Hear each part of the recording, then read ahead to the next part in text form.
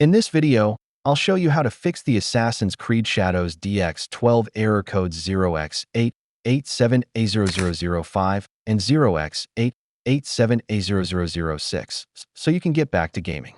Method 1. Update your graphics drivers. Open your GPU software, NVIDIA GeForce Experience or AMD Radeon software.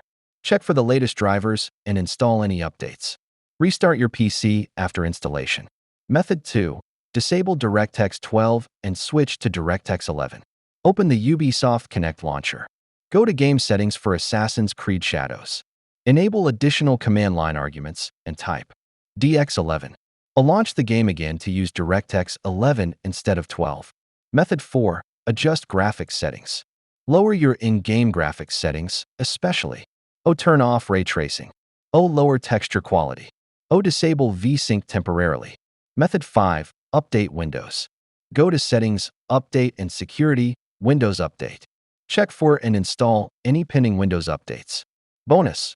Run the game as administrator. Right-click the game shortcut. Select Properties, Compatibility tab. Check Run this program as an administrator. Click Apply and OK. Thanks for watching. If this fix helped, please like and subscribe for more gaming troubleshooting videos.